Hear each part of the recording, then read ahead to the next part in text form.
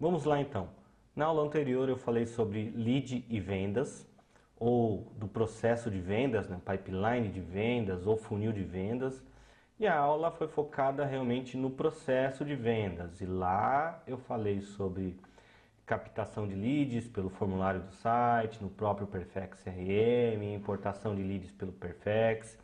Falei sobre a landing page, a integração do formulário do Perfex em uma landing page.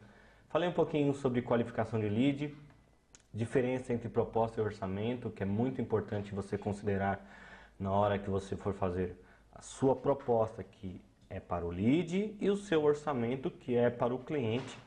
E já dei também uma pincelada em contratos. Nessas e nas próximas aulas, eu vou tratar sobre todos os itens, todos os elementos necessários, tá, para a gente fazer a nossa gestão empresarial e comercial. Então, vamos lá. Agora eu vou falar então sobre envio de proposta e processo de venda com mais detalhes, tá bom? Vem comigo. Bom, então como vimos, uma das formas de captarmos leads é pela landing page, né?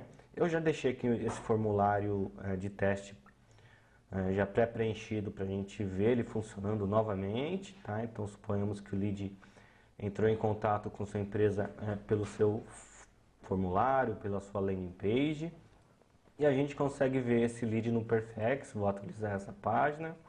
Ele já está aqui, ó, lead teste, empresa ABC, lead frio, porque assim eu determinei lá no formulário, né, que quando o lead viesse do formulário, ele seria considerado como lead frio, e a fonte é como Google, porque eu também defini dessa forma. Suponhamos que esse formulário ele esteja numa landing page que receberá tráfego de uma campanha vinda do Google Ads, tá? Então, dando andamento ao processo de tratamento do lead, o que acontece agora? Vamos lá. O lead, quando entra em contato, a gente não sabe muito bem qual que é o ponto que essa pessoa está em relação à tomada de decisão, tá? Mesmo com as dicas sobre validação e qualificação desse lead, efetivamente nós não sabemos, né, qual que é a fase que esse lead se encontra. Então, o que é preciso fazer para a gente fechar esse negócio, que é foco do nosso trabalho aqui agora, envio de proposta e processo de venda? Fechar o negócio, tá? Então, a partir do momento que um lead entrou aqui no meu pipeline, eu tenho lá o nome do lead, uma série de informações sobre o mesmo, a necessidade de produto e serviço que essa pessoa tem. Então, o que eu precisaria fazer agora? Entrar em contato com esse lead para entender melhor sobre a sua necessidade, tá? E até é recomendável isso, que esse contato ele seja feito e que seja feito, da forma mais rápida possível, né? Porque se o lead entrou aqui no seu pipeline, tá, ele tem a tendência de estar bem aquecido. E de qualquer forma, quanto antes você decidir o lead, né? Ou seja, é compatível com uma empresa, não é, melhor também para o seu fluxo aí de trabalho e prospecção, né? Então a tarefa que a gente precisa fazer é criar uma proposta para esse lead. Então digamos que já entrei em contato com o lead, já sei o que ele quer, então chega a hora de eu enviar uma proposta para o lead. Lembrando que aqui tem um botãozinho, olha só, antes de eu falar de proposta, que eu posso converter para cliente, tá? Mas não é o fluxo completo. Antes de um lead virar cliente, ele precisa conhecer uma proposta. Depois dessa proposta, ele precisa assinar um contrato e aí sim ele é convertido para cliente, tá? Então vamos lá. Aqui ao lado nós temos propostas. Eu tenho até uma aqui já criada para motivo de aula, teste, mas vou criar uma proposta nova aqui, tá? Para a gente rever até a arquitetura dessa proposta.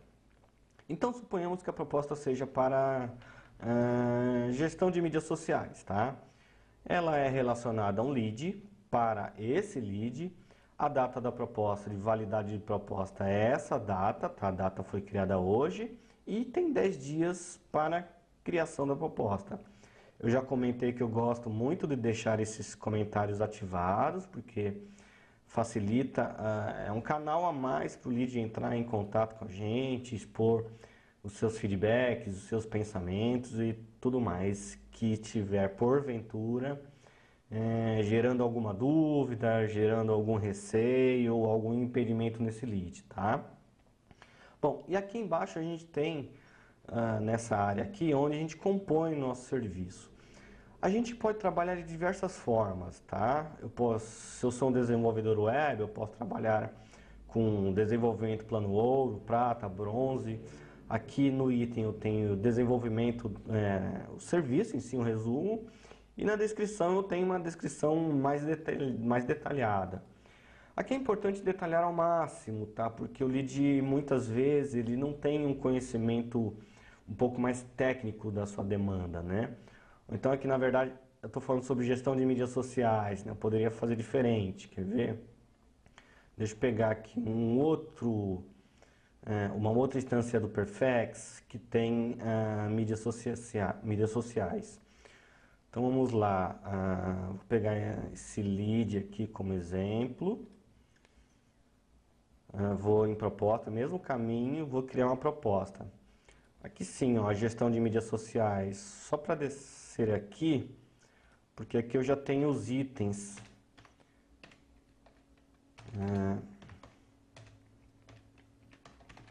configurado. Então veja só, gestão de mídias sociais bronze, diamante, ouro, prata. Então, vou pegar essa bronze aqui, o que ela representa? Uma postagem por semana. Tá? Eu posso enviar as opções diretamente em uma diamante. Vou colocar só essas duas. Então, uma sai R$ 1.022 mais impostos, outra sai R$ 450 mais os impostos e compõe o orçamento total desse lead, né? Bem, então eu posso trabalhar fragmentado dessa forma, né? Dando nome aos planos, né? E cada plano tem seu escopo relacionado. Ou posso ainda trabalhar com um fragmento maior. Então, por exemplo, falando sobre site, né? Se aparece um orçamento aqui sobre o site, eu tenho aqui já um processo de levantamento de escopo de sites, né, por exemplo. Então, vai caber aí a você o seu processo, tá? Porque esse processo vai depender muito das suas habilidades, do seu conhecimento, da área de atuação que você trabalha. Então, vamos lá, se eu estou falando vamos voltar um pouquinho para mídias sociais. Tem fase de pesquisa, levantamento de pauta, produção de os textos, alinhamento ao negócio, tem todas essas fases antes. O planejamento em si, a estratégia, muitas vezes o cliente ele não tem essa visão de inteligência, né? Então, eu também poderia decompor, né, o serviço de mídias sociais assim por essas fases. Porque a hora eu vou ter um cliente que já tem uma estratégia e precisa de um apoio mais para produção, ele precisa de tempo, né? Mas também vou ter aquele cliente mais imaturo que está começando agora, ele ainda não sabe como usar a ferramenta para gerar negócios. Então vai depender muito também do foco que você quer dar em relação à captação dos seus leads, né? Bom, e aqui então tem um exemplo de site. Então, de acordo com o que eu converso com o lead, eu vou procurar entender se ele já tem um naming do site dele, que é pesquisa, criação de nome, da presença online. Depois tem a fase 2, site. Se ele já tem a pesquisa, registro do domínio. Ah, não tem, então vou acrescentar no meu orçamento. Depois tem a fase 3, levantamento de requisitos e documentação técnica. Muitas vezes não há necessidade desse levantamento, tá? Dependendo do quão simples ou quão complexo é o projeto, posso não considerar isso e não colocar no orçamento. A hospedagem de site, se ele vai fornecer a sua hospedagem. Então, por exemplo, eu gosto de trabalhar com a DigitalOcean e cobro aqui um adicional para fazer essa configuração. Aí vem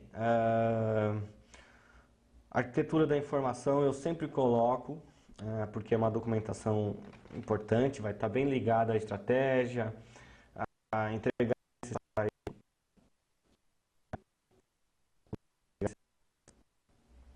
Tá dando uma falhadinha.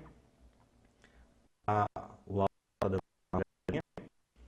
Vou fazer o seguinte, vou trocar as baterias aqui do receptor de áudio e já volto. Não, acho que dá para continuar. Vamos lá. Então, voltando aqui, olha só.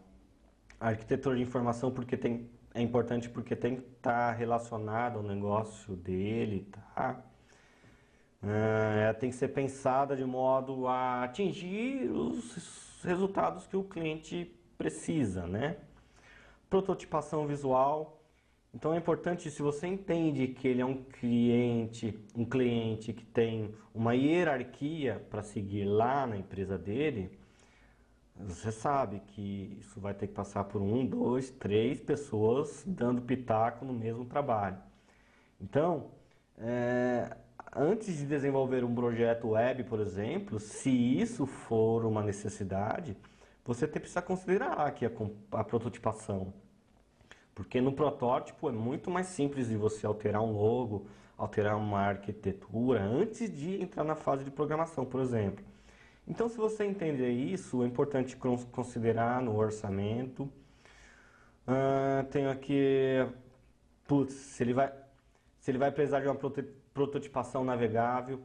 Então, se for um projeto muito complexo, então ele por si só, pela natureza do processo, né, ele pede uma prototipação mais navegável, né, onde o cliente acessa lá uma área provisória e começa a navegar no sistema no sistema ou no site dele, para a partir disso fazer as validações necessárias e só depois enviar para a produção, né?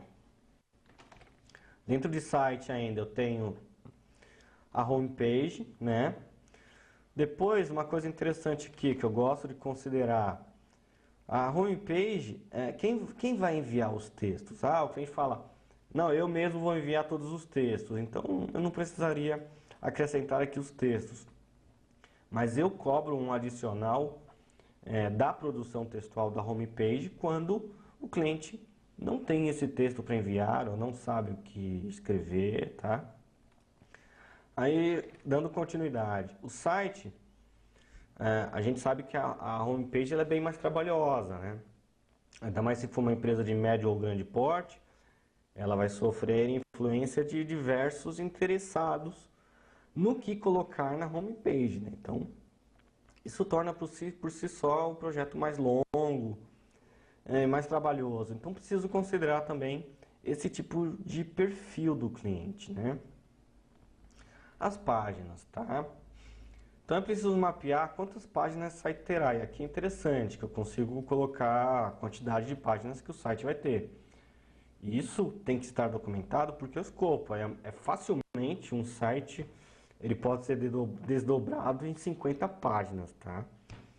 Isso porque a gente tem muitas vezes uma página de um produto, depois a gente tem uma página, melhor dizendo, a gente tem uma página de categoria, dentro dela tem os produtos, dentro dos produtos ele tem subcategorias de produtos, detalhamentos do produto.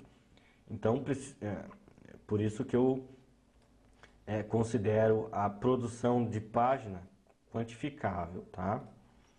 Aí tenho ainda aqui dentro do site, né? Produção de textos, os textos dessas páginas, tá? Então, se eu cotei 15 páginas lá e eu vou ter que desenvolver esses 15 textos, isso precisa estar no meu orçamento, vou acrescentar. Voltando aqui ao meu fluxo, formulário de e-mail. Esse item ele é também gerador de problemas, porque tem que ficar claro agora se esse formulário ele é simples, se ele só vai enviar um e-mail para alguém, se ele é integrado com algum formulário de automação de marketing, e integrar com uma RD Station diferente de integrar com MailChimp. Então isso tem que estar detalhado aqui. Melhor dizendo, né? Se ele está integrado com um software de automação, se ele tem alguma configuração condicional, então de acordo com que o lead dele, do cliente, ele vai preenchendo esse formulário, se o formulário precisa se adequar a essas respostas. Então, note que aqui eu tenho fragmentado, né, os formulários de acordo com a necessidade do cliente, né? Geralmente ele vem integrado com software de automação. Então deixa eu já ir para a finaleira aqui, ó.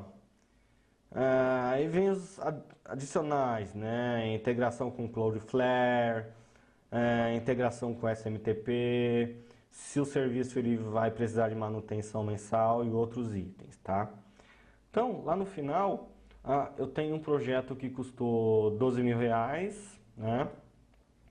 Já tenho os impostos calculados de acordo com a atribuição dos quinais, né, que foram atribuídos a cada tarefa. E tenho um orçamento aqui, melhor dizendo, uma proposta que eu poderia enviar para o lead. Tá? Então, eu entrei nessa instância aqui só porque nela eu já tenho esses itens fragmentados dessa forma. Tá? Então, vou voltar para a nossa instância aqui, que é o objeto de aula. Vou acrescentar só mais um aqui, ó, desenvolvimento de site. E também vou acrescentar mais um aqui, que eu vou chamar de... que eu posso colocar gestão de Google Ads. A gestão, ela contempla pesquisa, configuração de campanha, setup de campanha, otimização de resultados, quantas vezes serão realizadas essas análises e essas otimizações. Isso vai depender do orçamento do cliente, né?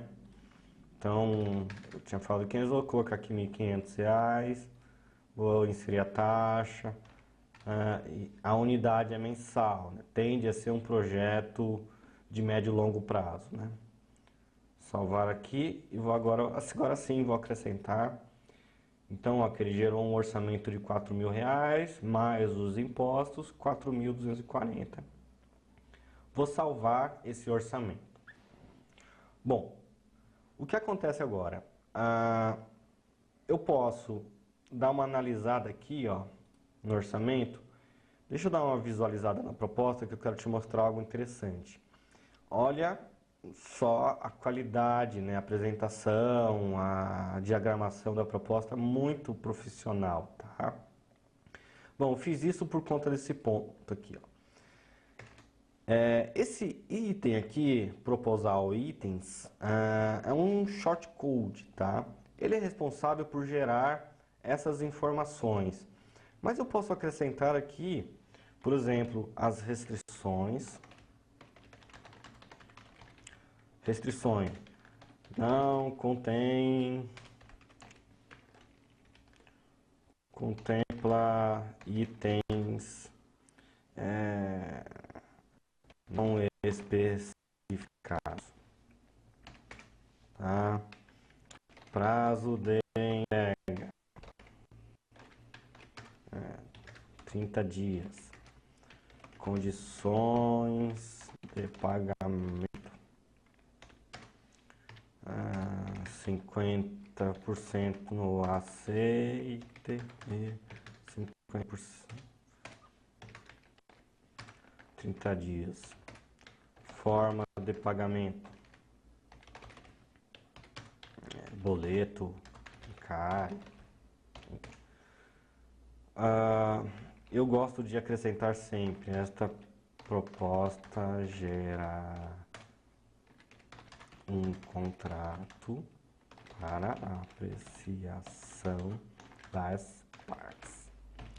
Agora, eu não preciso salvar, né, aqui, porque a ferramenta de Ajax do Perfex, ele já tem esse autossalvamento aqui nesse caso. Agora, olha só que bacana que vai ficar a proposta.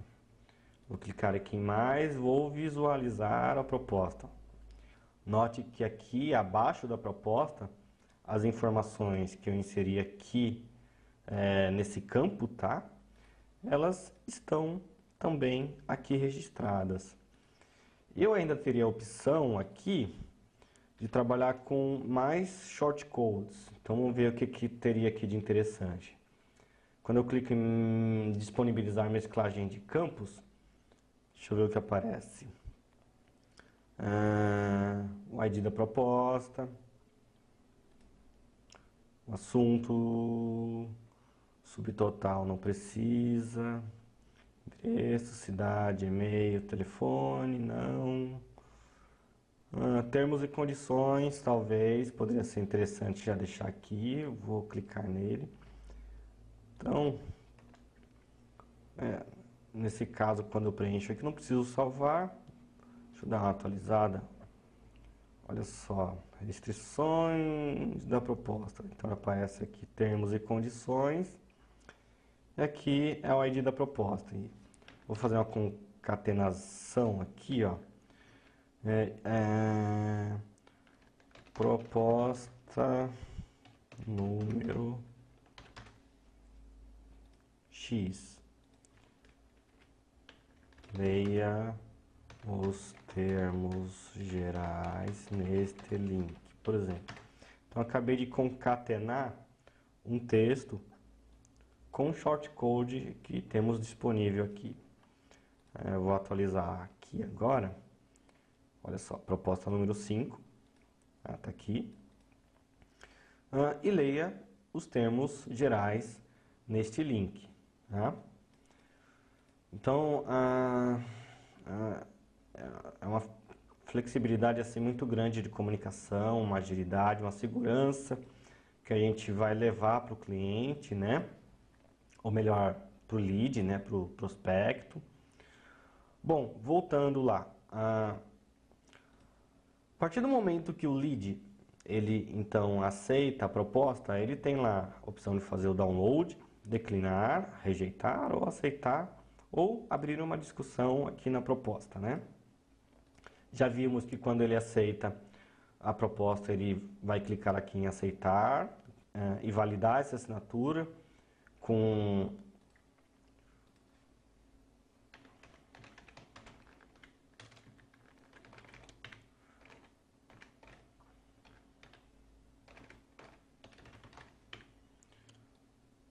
preenchimento aqui adicional, mais a assinatura dele. E vai clicar aqui no campinho verde aceitar.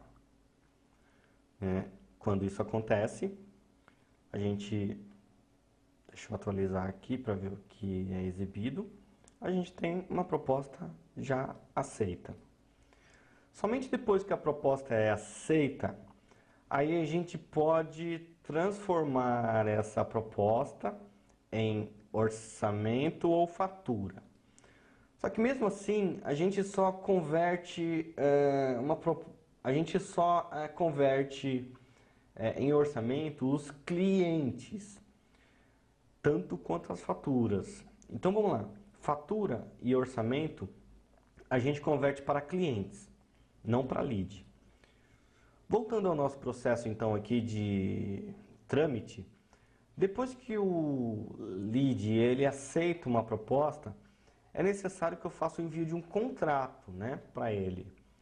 Então, esse tema contrato é justamente o assunto da próxima aula. Até lá!